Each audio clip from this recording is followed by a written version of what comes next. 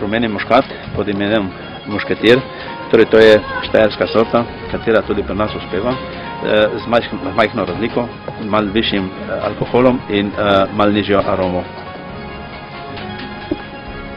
Torej tu predstavljamo Sauvignon. Sauvignon naj prihaja iz Francije, pri nas zelo uspeva, z veliko aromo, z majhno kislino, z malo večjim alkoholom. Tudi sivi pinot, če se lahko pohvalimo z njim, na Blejskem gradu je graščakovo vino, torej velja tudi za njega malo višji alkohol z nižjo kislino. Torej to je beli pinot, to je francoska sorta, živi in raste po celem svetu, pri nas uspeva zelo visoko kvalitetne rezultate. Chardonnay, nič slabši od belega pinoja, čeravno je izpeljanka iz belega pinoja, zelo dosega visoke in dobre arome. Torej, to je zvrst belih vin pod imenom Regina, torej Regina bela, Regina rdeča, sestoji se pa iz belega pinoja, sivega pinoja in Chardonnaya Barrique. Torej, to je pa naš famozni zelen. Uspeva avtohtona sorta, uspeva samo na Vipavski dolini, zato je tudi pod sliko Franceta Prešerna. Torej kot bela sorta penina Adam, pod imenom Adam, torej to je rebula, avtohtona sorta iz Vipavske doline, rebula in Chardonnay. To smo zaključili bele sorte. Vaša gnada, to se pa nekaj dobro nam kaže, ka ne? Ja. Ne bomo že trpeli na našemu gradu s takim dobrim prijateljem. Že trpel ga takoj sort, pa bomo še na trdečega zdaj prišli. Tako. To je modri pinot, ki prihaja iz Francije, poznajo ga po celem svetu in zelo dobra kvaliteta v Vipavski dolini.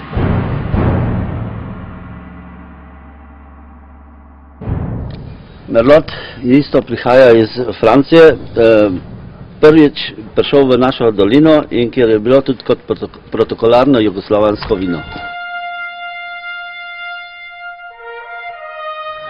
Cabernet Sauvignon je po celem svetu in je to kralj rdečih vin.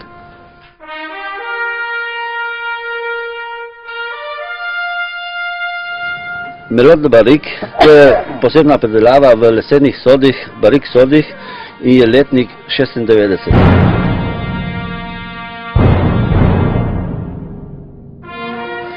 Merlot Arhiva, to je Merlot 96, to je brat prejšnjega Merlota, samo da je star tudi 96, ni pa v Barrique sodih.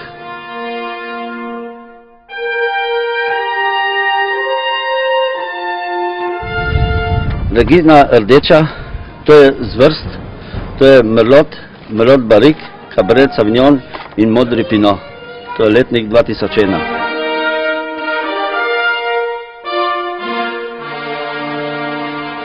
Eva, to je peneče vino rdeče barve, zelo kvalitetno, je pa iz Barbere.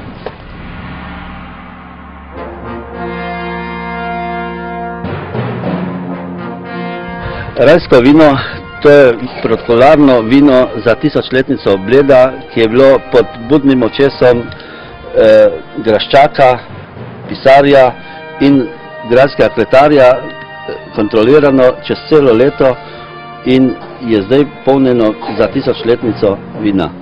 To je sorta sivi pinot.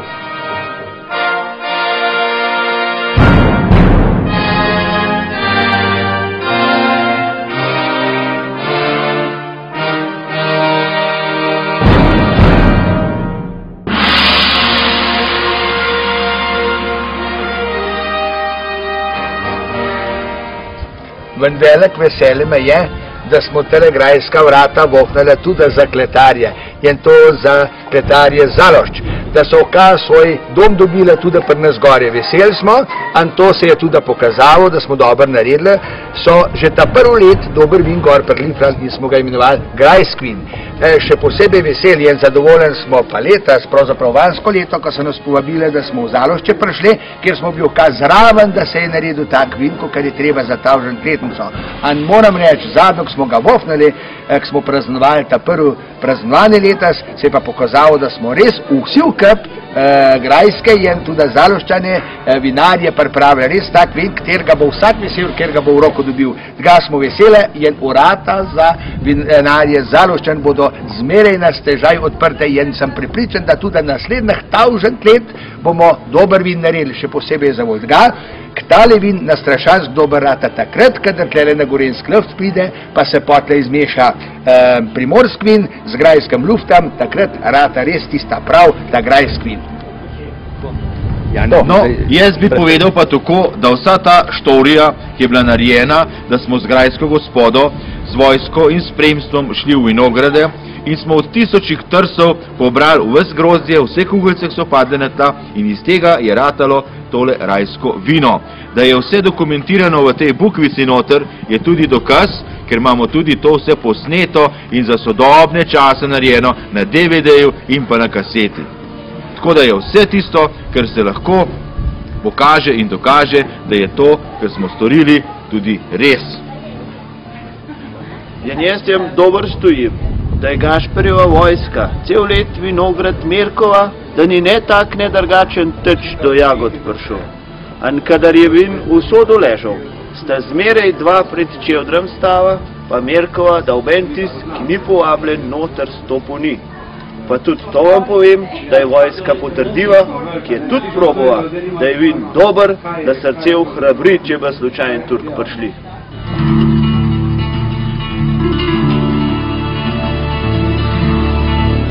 Torej, na vse povedano bi se priključil tudi jaz s besedami kratkimi, da res smo to čuvali in merkali, da res ni prišlo do bilo katerih težav in problemov.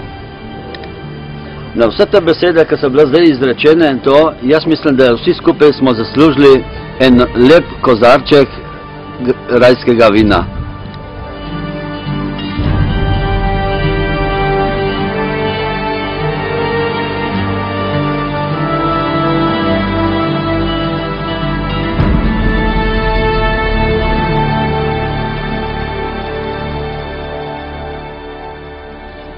Morda še nekaj o znamki Deadami. Kaj pomeni Deadami in ta trgovska znamka?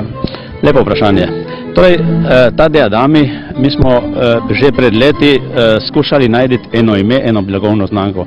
Torej, tale blagovna znamka naj se nahaja, pravzaprav nanaša na enega jezuita, kateri je živel v samem našem kraju, to je v kraju Zalošče, še bolj točno pri Klemšeti, zato se to imenuje tudi pri nas zaselje Klemšeti, po tem Klemše Deadamijo.